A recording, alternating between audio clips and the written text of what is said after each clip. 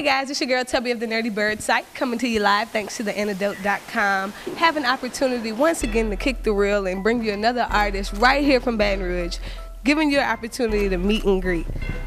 Dylan Cage. What's up? It's been a long time coming. I know that you've been doing music for a very, very long time, and we can even say that it kind of started within the family. So we'll kind of start there. I know originally you were born in Alabama, Birmingham, Alabama. Nice. Yeah. Moved to Louisiana. That transition was kind of easy because you were younger, right? Yeah. Now, do you have any siblings or any family members that kind of inspired you in the realm of music? On my mama's side, they did like a lot of rock and stuff like that. Nice. So, you know, I got like an alternative side to me and all that. But it was really just me coming up. I had young parents, you know, at a young age. They were 16, 17 in high school, you know. Right. So, like, I pretty much grew up with them, you know. Everything they was listening to, Tupac, Outkast, all that. Like, I was on all that. Yeah. All right, so your parents were really influential. At what point did you kind of pick up a pen or pick up a mic or just start freestyling in the bathroom? I first started probably writing poetry, I think it was. Very like nice. At 7, 8 years old maybe. You know, they used to make us do like, I used to be in like, you know. All of the English classes. Yeah, stuff like that. So I started picking up a pen, writing, and it got to probably like when I was like 13 and stuff. That's when like 2003, that's when I started getting to like Boots and Webby, and I seen it, but it was possible for you to be able to. So I started writing lyrics and stuff like that, and you know, it just grew over time. I put hours, you know, in, and it just, you know. Very nice. So understanding that it kind of started out in a school aspect. Yeah. First, you had the influence at home where your parents are kind of exposing you to the differences of the culture of hip hop. Yeah. And then you still get that alternative. You get that rock and roll. You get that little bit of hardcore heavy metal. Then it's kind of like your friends are like, wait, what do you listen to, bro? Yeah, I used to get that a lot. Like. All right, so I'd like to talk about that too. I know that being biracial, coming up into the culture of hip hop, things can be seen or taken a little bit differently, or people that view you, whether it's a true opinion or not, kind of formulate what they think in regards to what you should listen to or what you should be a part of in the culture.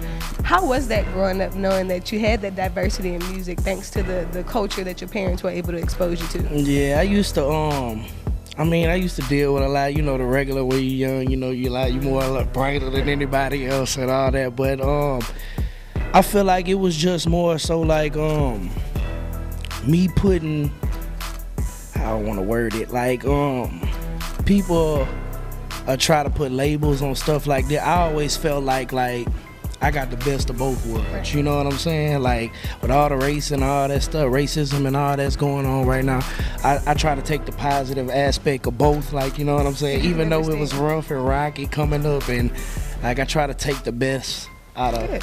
I think as an artist, it kind of influences the way you're able to deliver your story. When you tell your truth, it's a side that both worlds kind of get to play off of an experience, because you can speak on the aspect of your mother's heritage, but you can also give your opinion in regards to your father's. And I don't think enough people realize that what you go through as an artist actually contributes a lot to the type of music that you make. Definitely. So I know that you made a really big transition. I know when you first got started, you kind of came out and debuted yourself as Trap Louisiana. Yeah. And I'm going to go ahead on and say, being a Baton Rougean, that had to do with the type of music at the time. And maybe it was definitely the influences that was around me at the time, you know what I'm saying? So how did Trap Louisiana kind of come into play? How did that get started? I mean, that was the mission at first, you know what I'm saying? Trap Louisiana, you know what I'm saying? That's what I wanted to do, and that's what, you know, that's what I was trying to do, and I wanted that to be the legacy. Like, I always try to put Louisiana on my back, you know, like, even when I do my music now and all that, like, if you hear a lot of my songs, I'm always say Baton Rouge, I always say Louisiana, you know what I'm saying? Putting love out there. Yeah, man, I definitely want people to know that this is where I come from, you know? Very nice. So Trap Louisiana, I know that you put some projects out and work with some local producers in the area. How was that experience kind of growing as an artist, and at what point did you kind of decide you wanted to go into a different field and change your name? Like I said, I think around the time, like, I was going through the transition. Actually, Kevin Gates helped me, you know what I'm saying? Like, with that, I actually did a song and a video with him out now on YouTube, Lights Low, you know.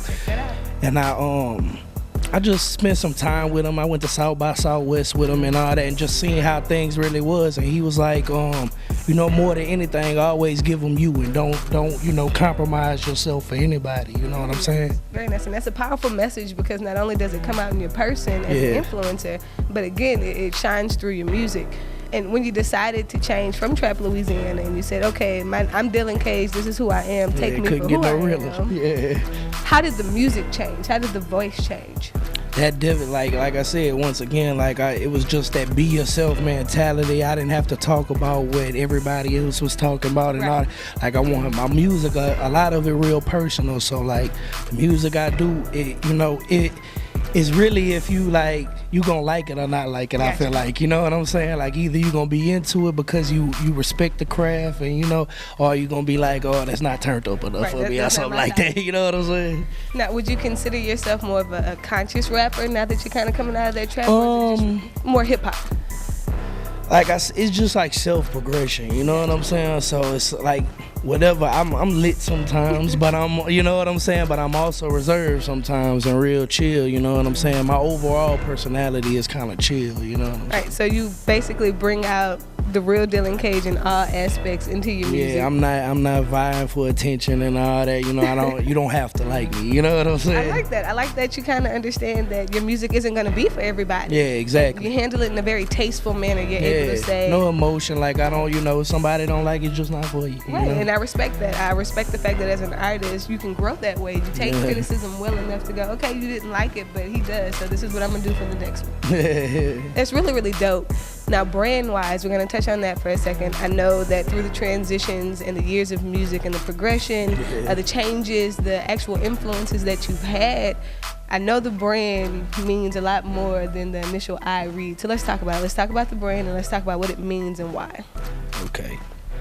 And the brand you regard, like, as far as like what I'm doing? Yeah, like who Dylan Cage is. When you hear Dylan Cage, what is referred to in regards to him? When like, you hear Dylan Cage, like, more than anything, like I said, self-expression is be yourself. It's, you know, it's don't be afraid. It's fearless. You know what I'm saying? Like I always want to challenge everybody to like do your own thing. You know what I'm saying? Just because it don't seem cool at the time, don't mean it ain't cool. You know what I'm saying? Nice. So be a trendsetter, be a tastemaker. I like that a lot. Now, last time you got in the studio, you were able to push out a really, really hot EP, and we're going to talk about it. I know it's out now, it's streaming, everybody is actually checking it out, and it's something that you're actually promoting right now. Let's talk about some of the production work on it. Yeah. What kind of fed the storyline behind it? What made you want to go, okay, this is what it's time for, this is what the streets need, this is Dylan Cage? How do we get to that point with the new, sorry, let me back up, you guys. Go ahead on and tell them the title of the project. It's God's Work, Devil's Play, you know. I love that. It's so many different perceptions that could be taken from that title. So let's talk about what's really intended behind it. What do you mean when you say God's works, devil's play? I mean, it's your everyday struggle, good and evil. You know what I'm saying? It's God's work, devil's play. Some things that seem like it's right ain't right. Some things that seem like it's not right might be right for you. It's that so balance. Cool. It's so cool because initially when I heard the title of the project, I'm like, okay, it kind of gives you almost this Scarface mentality where you're kind of fighting within yourself. Yeah. You have this one side of you that understands the spirituality and has the growth and the understanding to be wise. Yeah. Then you have the more immature side that kind of feeds off of emotion, and he kind of, so it's very, very interesting to see where that project is going now that the title has been broken down. Yeah. Now, production-wise, who are some of the producers you worked on for One it? producer, actually. Nice, very did all the songs. Shout out to him. Yeah, man. Shout out to Baby Bridge, man. Bridge on the track, man. He did every track on there, man. You know, and I feel like at the point I was at a certain point in my career, like, you know, he just gave me that extra energy I needed, you know, that new spark, you know. Nice. So he kind of helped with the evolution of the new Dylan Cage. The whole sound, like I gotta, you know, I'm in forever debt to him. Very nice. Now, storyline wise, are we getting more of your truth, your understanding? Is it more so experiences? Is it stuff that you see? Or is it more, you know, the things that you think about? What are we getting on this project? Like I said, it's really like my battles every day, you know. But I feel like through my battles, it's what everybody's going through. You know what I'm saying? Yeah. Like I feel like everybody can relate. I actually got a song on there called "Can You Relate?" You know what I'm saying? Like so, like it's just my constant progression through life and where I'm at with it right now. Very nice. Now, younger generations, I always touch bases because music is such an influential thing in our communities, in our cultures, in our everyday lives. Music is the difference between feeling good about something or needing to release a negative emotion. You know, music has always been there for us. Yeah. So when you think about those younger generations and the storyline in your music and knowing that you do understand that people can relate to these trials and tribulations and how to overcome them in certain ways. Yeah. What do you want the younger generation to be able to take from your music? What insight should they gain when they listen to Dylan? It's crazy you say that because I'm actually looking to do like motivational speaking for kids and stuff like that. You know what I'm saying? But like I say, I just constantly want to press that, man. At the end of the day, whatever you put your mind to and, you know, the ideas that you have, don't let anybody say they're not cool. You know what I'm saying? Like, if you think it's what it's supposed to be and you believe it in your heart, go for it. And keep going, don't stop. I really love that. And kids are so impressionable these days, and the music that we make makes the ultimate difference in who they are and what they think and what they accept. So I think it's a very powerful ability to be able to be real. That's what I wanted to get. Like I want kids to feel like you don't have to be a gangster. Right. You don't have to be a drug dealer. You don't have to, you know what I'm saying? You even though in life you might take that route. Right. Don't always see that as the bigger picture. Have a bigger picture for yourself. You know what I'm saying? Now you come off like a big brother.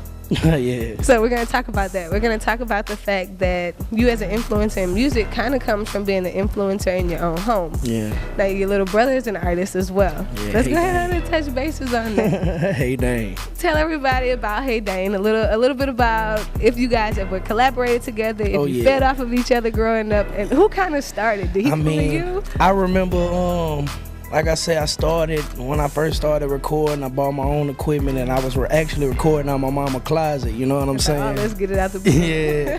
And I had my little brother, you know, he nagging me constantly, man, let me get in there with y'all, you know, this and that. I'm like, nah, man, you too young, all that.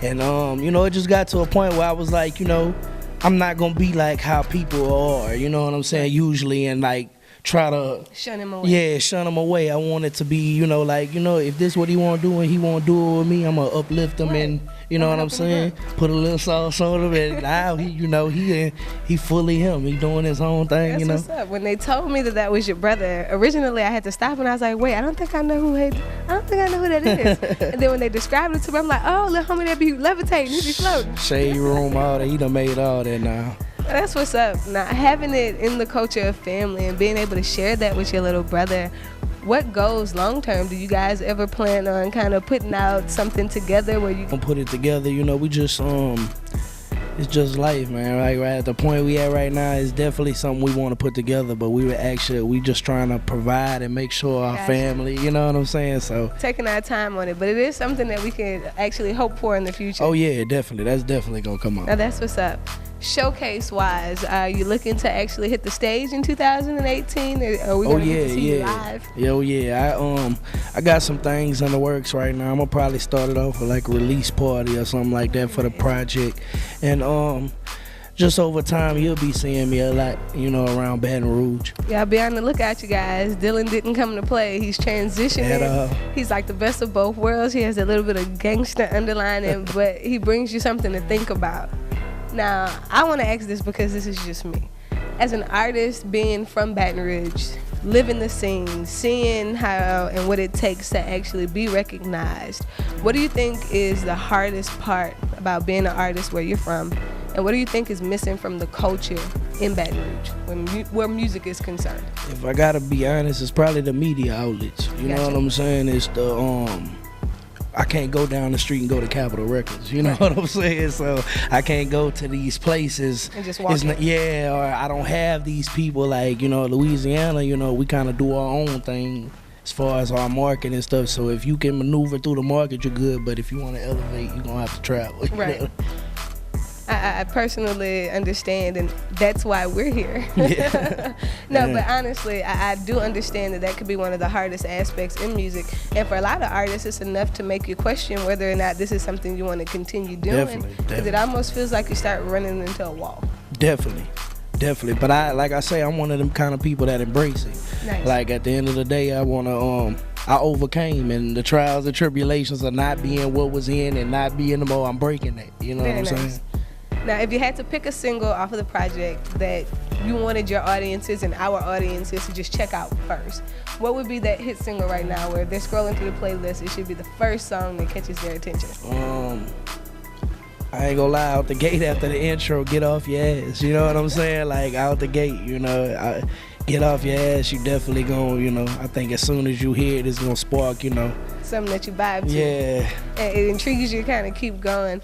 Now, I keep jumping back and forth because I kind of want to make sure that the audience understands that your music is a reflection of who you are. Yeah. And you see how laid back he is, but when you hear some of the tracks, it's going to show you a turned up underline that you don't really get to see, and I think that's cool too. Yeah, because like I said, I'm creative. There's no creative limits or boundaries in that booth. You know what I'm saying? When I'm doing music, it's whatever. If I want to sound like whatever I want to sound like, that's what it's gonna be. You know what I'm saying? It's your vibe at the time. Yeah, it's the vibe. Like I try to capture moments. You know what I'm saying? Very nice. So you're really an artist and a lyrical inclined individual. Definitely. In the fact that Definitely. I respect music. Yeah, I'm a student of the game. You know what I'm saying? Like, I really, I know to master your craft, you gotta, work your ass off. Yeah. Excuse my language. Now, collaboration-wise, is there any collaborations that you've worked on previously that you'd like to acknowledge or that you plan on actually reaching out for in the future? Like I said, shout out Kevin Gates, he did a lot for me. Mr. Kane, I did a lot of stuff with Mr. Even the younger generation, I like Jay Lewis and Go Yella, out of town, I got like Pee Wee Longway. I was, Jose Guapo.